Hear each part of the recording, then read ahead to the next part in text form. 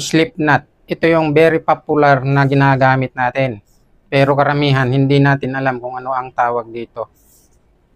So, halika na at gawin natin ito ng step by step. Dito sa dulo ng ating tali, ipasok mo lang dito. Or kahit saan, pwede rin sa kahoy.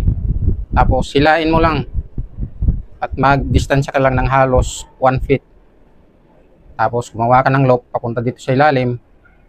At ipaikot mo lang dito, pabalik. At ipapasok mo lang dito sa ilalim, papunta dito sa taas. Tapos hilain mo lang.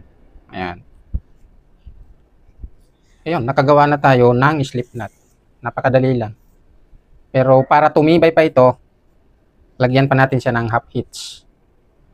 Ipaikot mo lang na ganyan. Half hitch. Ayos.